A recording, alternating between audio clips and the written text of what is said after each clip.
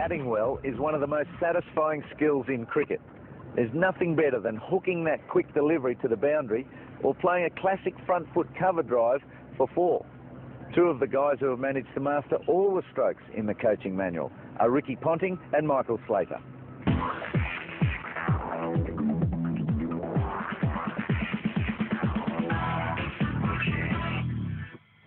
Technique is everything in cricket. Understanding and putting the basics to use properly will allow a player to excel. An example of this is the batting grip. The way I was taught to hold the bat was to firstly place the bat in between your legs like so and pick it up just like you're picking up an axe, making sure not to alter the hands once you pick the bat up. Noticing that the thumb and forefinger, the V there, should basically run straight down the back of the bat. Another important thing about the grip is to keep your hands together on the handle. You quite often see a lot of youngsters also placing this finger down the back of the bat. This is the best way to break a finger, so make sure you wrap it round the handle. But like anything in cricket, it must be comfortable for you.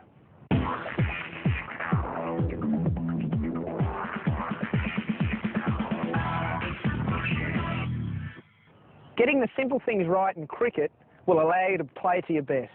Getting your batting stance right is just as important.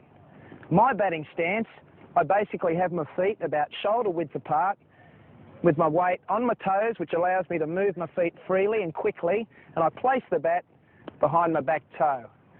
I find that if your feet are too far apart, then you've got your basis of support is too great and you can't move your feet quickly, as is if your weight's on your heels. You're just too sluggish, and when you need quick footwork, you can't do it. If your feet are too close together, you become a little unstable and you can fall all over the place. So I find the best for me, feet shoulder width apart, weight on my toes, elbow pretty well towards the bowler. But once again, with the stance, it's an individual thing. There will be slight variations with the stance, but you've got to be comfortable with it. And if you're comfortable, you're more than likely going to play your best cricket.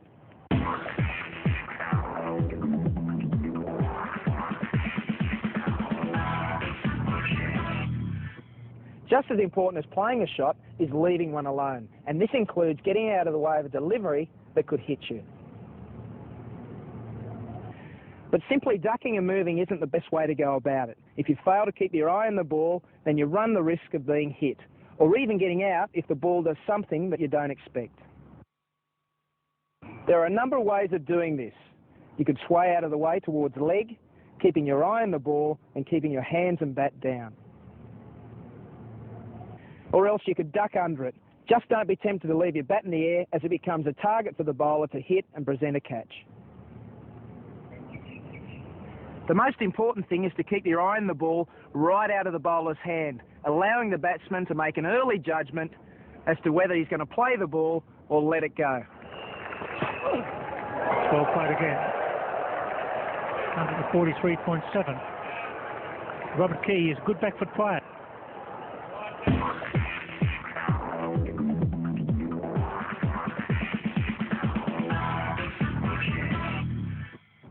Although a batsman might want them to, no bowler is going to make it easy for any batsman to score runs. So quite often, it's the batsman's job to take the attack to the bowler. Getting into the correct position to play a shot is extremely important, so this means good footwork, not just racing down the pitch at the ball, but a movement which allows you to maintain balance and get into the correct position early. Some are better at it than others.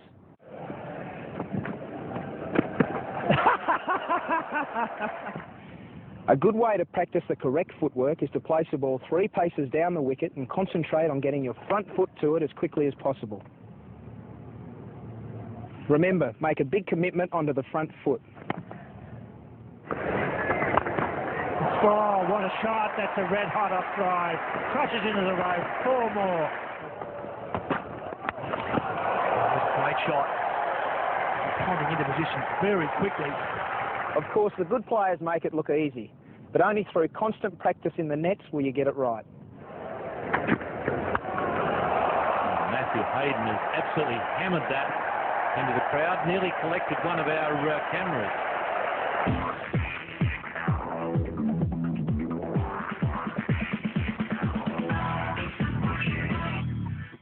Getting into the correct position is the key to playing the correct stroke. You're never going to bat well if you stay anchored to the one spot. If the bowler is dropping them in a bit short, then it's paramount to get yourself right for the back foot shot. From the correct spot, you can decide to defend or attack. Again, he's gone through the cover this time, a genuine shot from the back foot. It's important to give yourself as much room as possible, and we do this by making a big backward step and across towards off stump. The reason we make this big step back and across is to bring our eyes in behind the line of the delivery. The position of your head and eyes is one of the keys to batting. To work on the shot, get someone to throw balls to you and practice getting your head and eyes in line with the ball after making that big back and across commitment. And remember, practice makes perfect. Yes! Right off stump and driven through the offside field.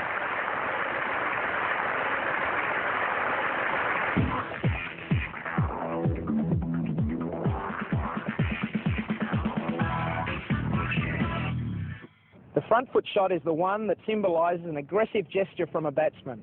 But it's not only for attack, it's necessary in defence as well. Attacking or defending, the key is good footwork and positioning. The time to come forward is when the ball is well pitched up. When coming forward, we allow ourselves to get as close to the pitch of the ball as possible. It's important to keep our bat and pad close together. Beautifully struck, and that's 4. 18 fours for Greg Blewett. All class. When taking that step forward, be sure that it's a big step, never going halfway. Be positive. The position of the head is the key to this stroke. You must have your eyes right over the ball. A good way to practice the shot is to place the ball one pace down the wicket and concentrate on getting your front foot to the pitch of the ball. And remember, hit the ball straight back through the line, keeping your bat and pad close together. That's beautifully struck.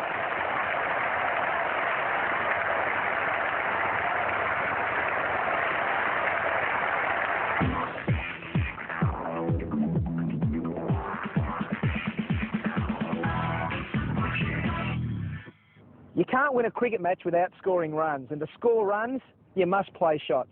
One of my favourites is the cut shot. The cut shot is a stroke where it is important to carefully pick the right ball to hit. Making the right choice could be very rewarding. That's beautifully played. They go all the way. Mark Waugh plays a positive square cut.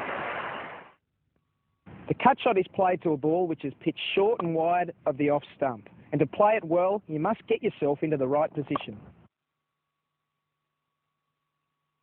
As with any back foot stroke, the first movement should be a big step back and across. This ensures your head is moving towards the line of the ball. The next thing is to ensure you keep the ball down. You achieve this by hitting down on the ball and rolling your wrists over it. Once again, get those feet into the correct position and watch the ball closely. Don't forget, if you keep the ball on the ground, you can't get caught. So roll those wrists. Lovely.